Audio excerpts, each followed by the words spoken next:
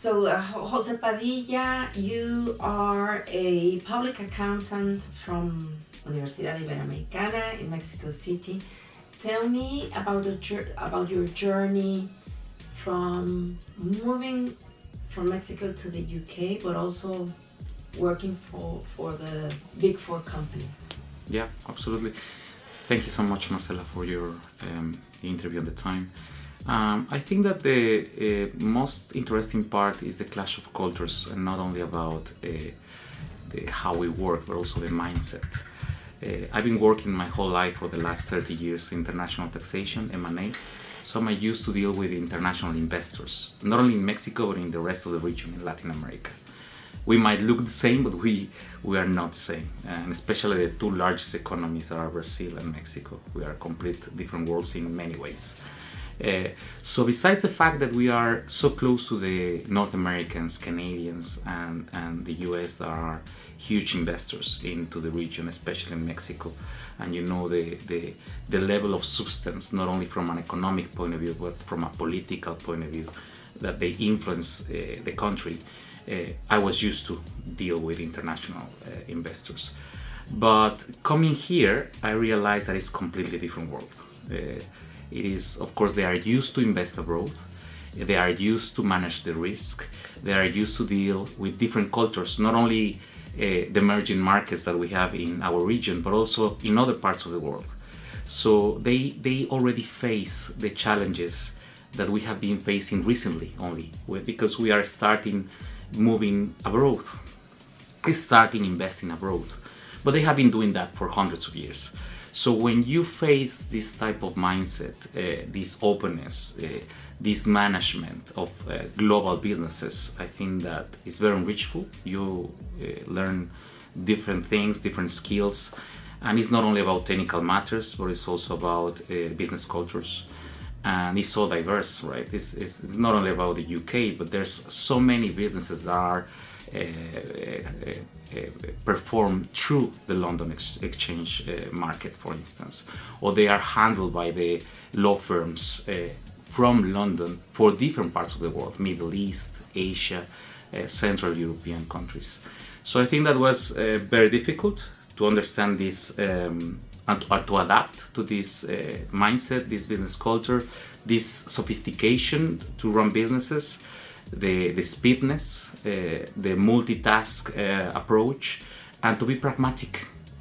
I think that we are used to deal in a very profound way in many things, but we sometimes lose the business perspective, the pragmatic approach to try to solve problems in a more efficient way. And I think that that was perhaps the most important challenge that I faced. It took me, I can say, more than 6 months.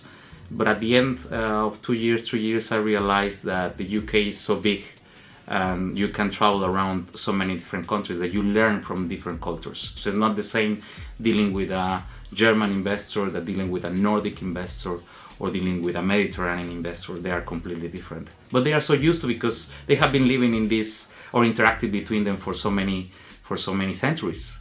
So I think that it was really enrichful to have this process. So currently you're working for Kreston Global. Mm-hmm. Tell me about this company in particular, and what do you do within the company? Yeah, Kreston Global is a second-tier firm.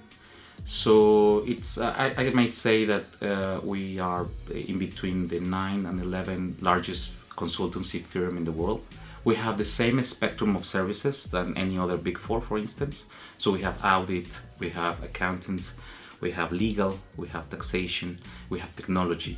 So all the big practices, we have it.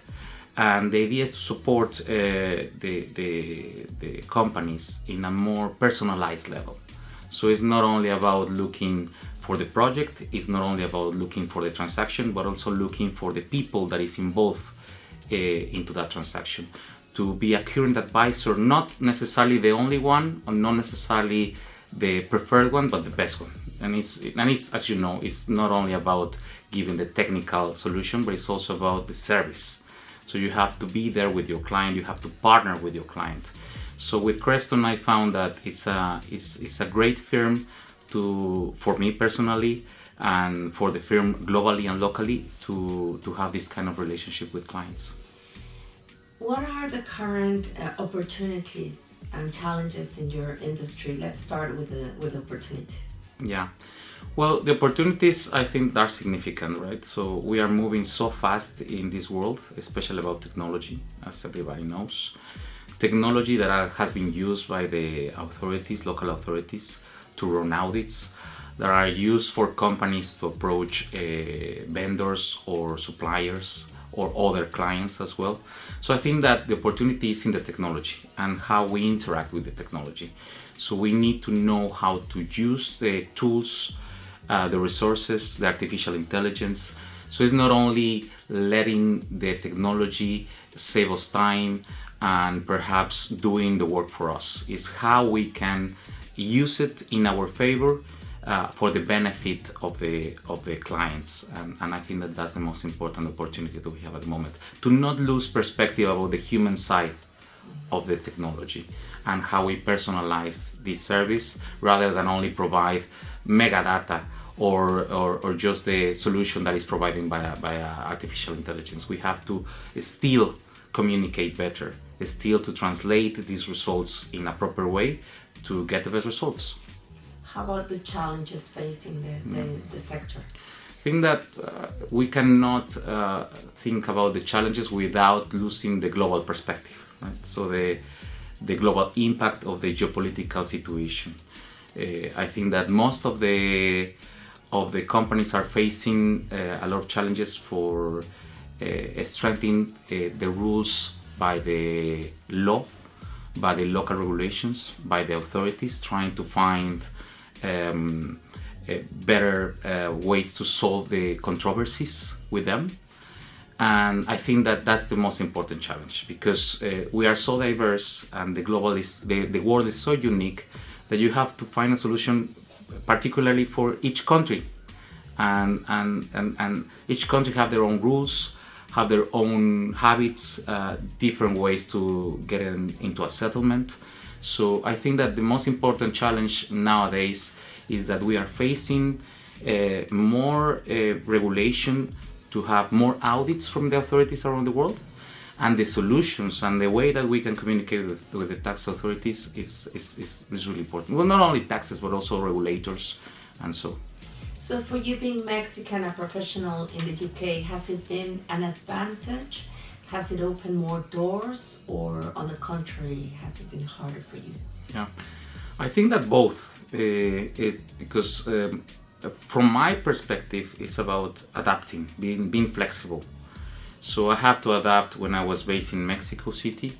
I have to adapt when I'm based here in London, but also to deal with so many different countries with so different cultures.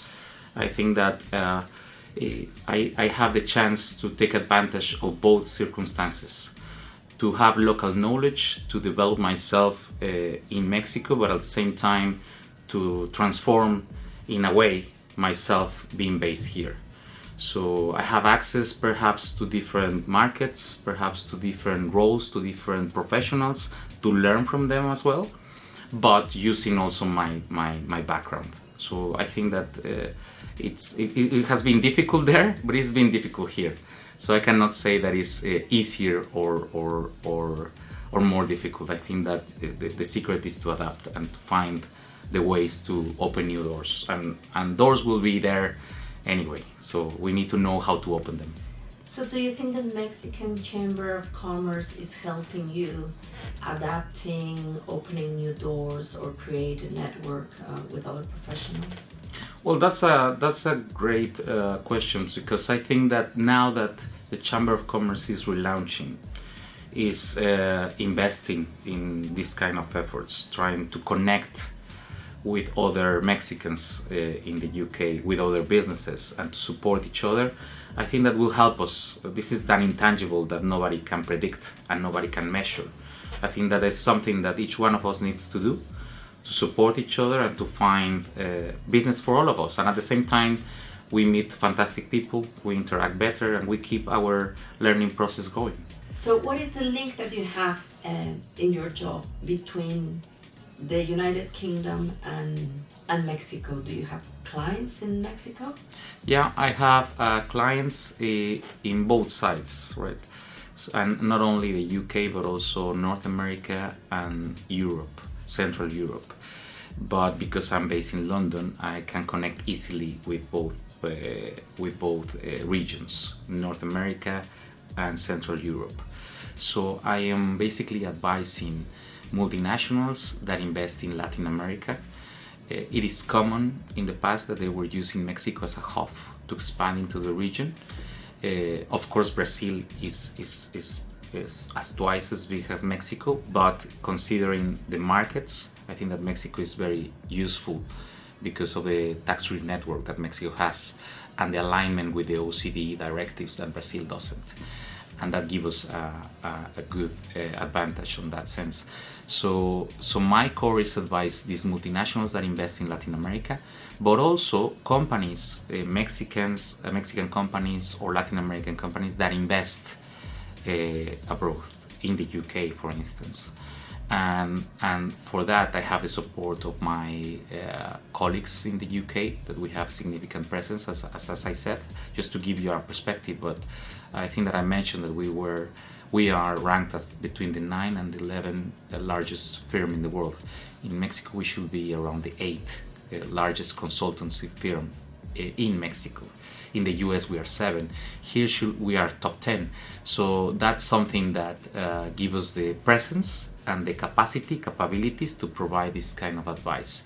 So from the first moment that you start investing into the region or into the country here in the UK, I mean both ways, and then the maintenance and even the exit strategy. So the whole cycle of the business, that's something that we can assist, and that's my core. So when you're talking about companies, you're talking big companies. Yeah, but we have any kind of size of clients. We have entrepreneurs, we have startups, we have big multinationals, because of the level of substance in terms of services that we have. So we have people that specialize in certain practices, like me, that I'm more specialized in M&A. But of course, compliance is a big component of trading. Of course, audit, assurance, accountants, legal part, corporate, litigation, labor. So it's so many practices, and any company starting from zero, from scratch, or big multinationals, they require this kind of advice in all the levels, because you start perhaps just by creating or establishing your company, but at the end you need to know how you will hire employees. Then you will face how you will start importing and trading with other suppliers, vendors, clients, and then how you establish a supply chain model, and then how you finance that structure. If you will need debt from third parties, private equity firms, for instance, or you will require new investors. And then what will happen if you're so successful, if you would like to sell your own company?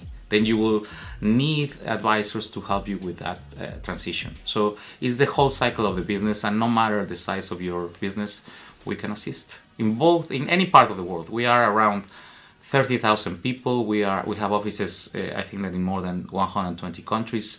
So I think that the capacity is there. Thank you. Thank you.